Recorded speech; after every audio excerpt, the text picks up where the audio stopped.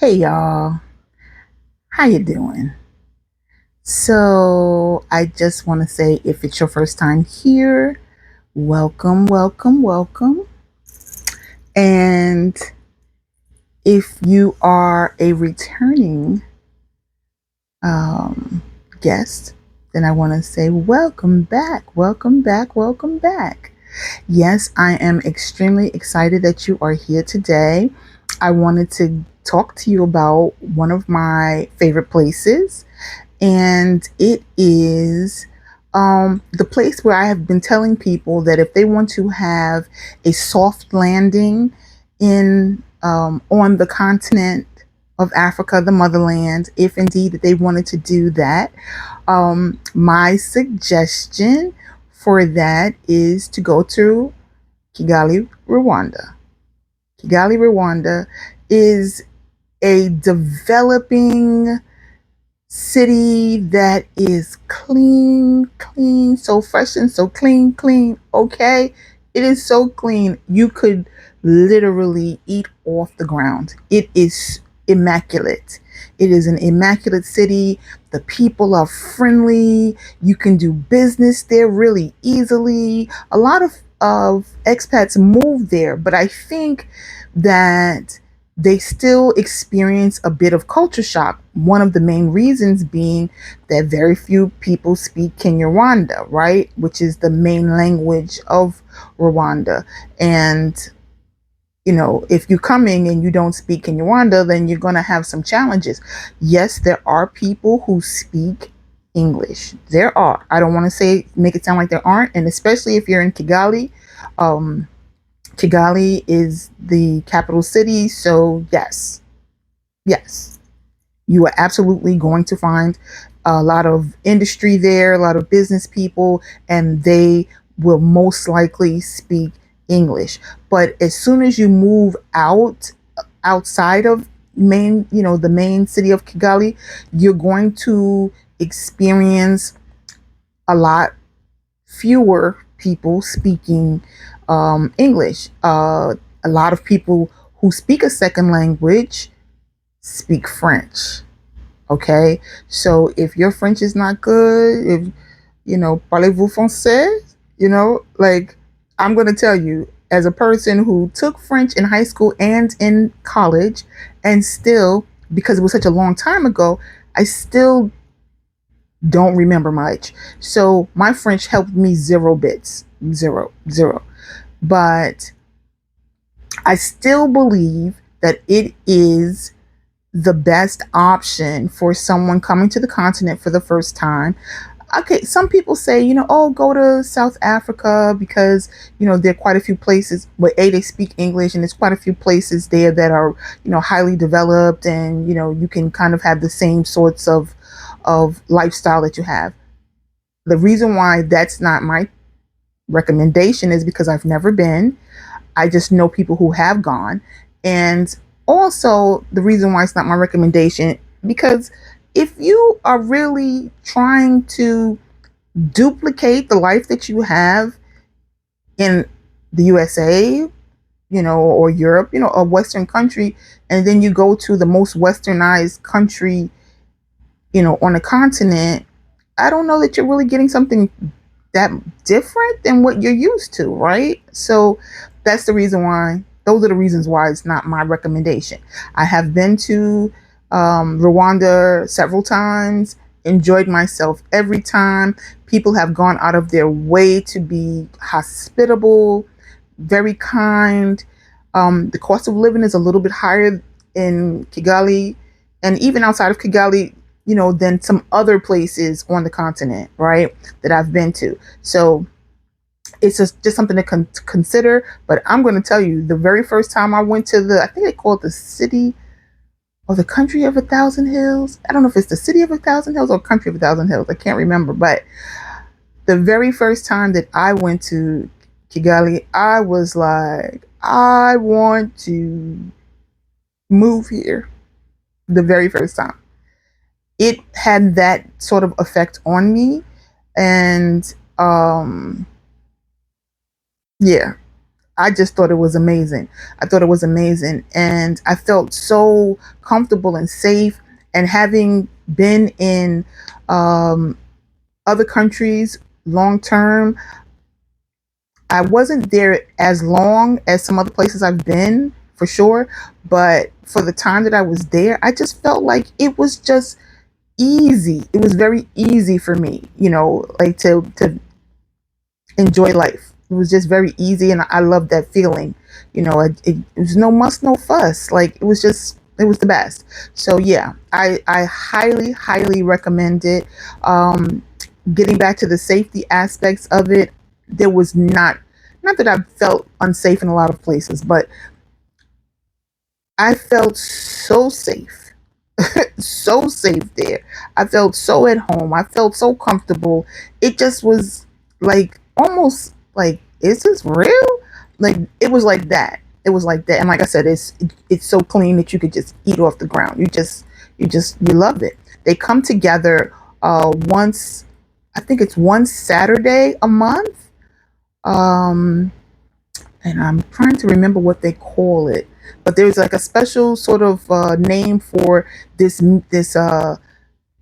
community gathering where they clean up public facilities and the local roads and everything, so it stays clean. Everybody is committed to this, and it's just phenomenal. Now I know that most people, when they hear Rwanda, the first thing they think about is the genocide. And absolutely, you shouldn't dismiss those thoughts of that horrible, horrible occurrence that took place. But I think that if you are concerned about what led up to that terrible, terrible occurrence that happened almost 3 decades ago, I believe, if you are really interested in that, they have a genocide memorial museum, and you can go there and you will get more information about the genocide that occurred in Rwanda, as well as other genocides that have occurred, in the world, because there have been many. And I think it is important that we know better so we can do better. And I feel like even though it's very somber, it also reminds us that sometimes we experience the worst things and can still make something good out of it, um, in spite of it, because it's like, never again, we'll never again let this happen. We'll never again let outside forces divide us in this way, make us feel some then against each other like this, never again. And I think that's one of the main reasons why this ongoing community effort is so important, that they're doing, not only to beautify their country, but also to ensure that everybody is on one accord with wanting the best for their country and for each other. And so I sincerely, sincerely, wholeheartedly recommend that anyone who is looking for a soft landing on the continent, that they would consider going to Rwanda. Okay, I will say this: uh, if you're coming and you have a few weeks and you want to see more than just bits and pieces of Rwanda, you might want to see some other places in East Africa. Um, I would suggest that you get the East African visa, and it will allow you to have entry to Rwanda, Kenya, and Uganda. So you can see three different countries, and it's good for 3 months total. And you can spend any bit of that time in any country. So, if you want to spend a month in Rwanda and a month in Uganda and a month in Kenya, you can do that. Okay. Normally, the visas for, I know that Kenya just changed theirs. So I believe they have a new process that isn't quite the same, but the visa used to be $50 to get into Kenya. It was $50 for Uganda and $50 for Rwanda. And I know that that East African country's visa was $100. So you would save 50. So it's something to think about. But I will also say, if you are a person who has more time and you want to, possibly uh, spend, 3 months, 3 months, 3 months, then I would suggest that you would do so by getting the visas individually, because the visa is typically good for up to 90 days. So you could stretch it out much further than, obviously, if you get the East African visa, it's 3 months for the $100, but you would be able to get 333, so you would have 9 months, right? So that's something to consider. Unfortunately, Tanzania is not included in that East African visa, so if you plan to go there, you would have to pay $100 for the visas for U.S. citizens. I'm talking these visa numbers I'm giving are what I recall as a U.S. citizen. But yeah, it's for TZ. It's different. Their system is $100 for U.S. citizens, but it is good for 1 calendar year, right? So you can only be there for 3 months at a time, meaning you would have to leave the country and go somewhere else before you could come back again. So you can only go for 3 months at a time, but it's good for 1 year. So a person who might be planning to stay in East Africa for a longer period might consider, okay, I might want to get the Tanzania visa, and I might want to spend, some time in Kenya, some time in Uganda, some time in Rwanda, or whatever. But as much as I like uh, the my Kenyan experience, which I love. I love, love, love. There's so many wonderful places you can visit in Kenya. Um, but I still say my number one place for a soft landing on the continent, and if it's East Africa, if you're going to East Africa, I would say go start in Rwanda. Start in Rwanda. I think if you start there, you're going to see a combination of places that are outside of Kigali, because Kigali is a little bit, it's more developed. It's the capital, so you're going to have a much different experience than if you go to the more rural areas. But even though those areas might be rural, with dirt roads and power cuts and such and such and such, that may be true. But it is spick and span, clean as a whistle. It is safe. It is just a wonderful experience. Even um, if you travel within the country, one thing that I noticed that is very different than, say, their neighbors, other places in East Africa, is that they call it different things, but the motorbike transportation. Um, I think in Kenya they call it a boda boda. I think they even might call it that in Tanzania too, if I'm not mistaken. Call it a picky picky. Yeah. But anyway, if you take the motorcycle type transportation, when you're in Rwanda, the driver actually carries another helmet, and that I can guarantee you I've never seen in the other East African countries. Just never seen it. It's not. I feel like it's a little more regulated, and it's a little more safe, I think. And I think also because they have so many hills and things, just I feel like you'll be a little more comfortable having that um, helmet on if you're riding.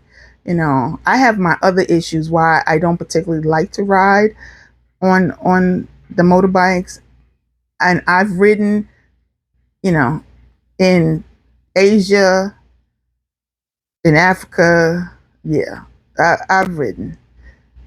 I've never ridden on one in, I mean, I've ridden on a motorcycle in the US or something, but um, I've ridden many places. That's my point. I've ridden many places. And I've never, with the exception, let me tell the truth, with the exception of Vietnam, but I've never ridden in Vietnam. But I know that when you catch a Grab motorbike in Vietnam, I know that they have an extra helmet for you. But I've never seen that in any country in Africa. I've never seen it in even in Thailand, I don't believe. So, yeah, if you are interested in going to East Africa, I would like to suggest that your first stop, your touchdown, is in Kigali, Rwanda, and there are other wonderful, wonderful places for you to visit if you go there. I can't think of the name of it, but there is a place maybe in maybe 2 hours outside of Kigali, where you can go and you can see all the different styles of um, royal, like, housing. I don't know how to. It's not an actual palace. Well, it is. There is like a palace, but there is also the old style. Dwelling that they have, and they have the king's cows, the royal cows, with these huge horns, and yeah, and they sing to the cows, and yeah, it's like it's an amazing experience. I can't think of the name of that place, but if it comes back to me, I will put that up there. But yeah, Rwanda, I loved the country. I loved everything about it. Yeah, and so I would highly suggest it. Yeah, so this is the beginning of my focus on East Africa, because that is really where I have enjoyed the majority of my time on the continent. I've only other place I've been to besides East African countries is Morocco.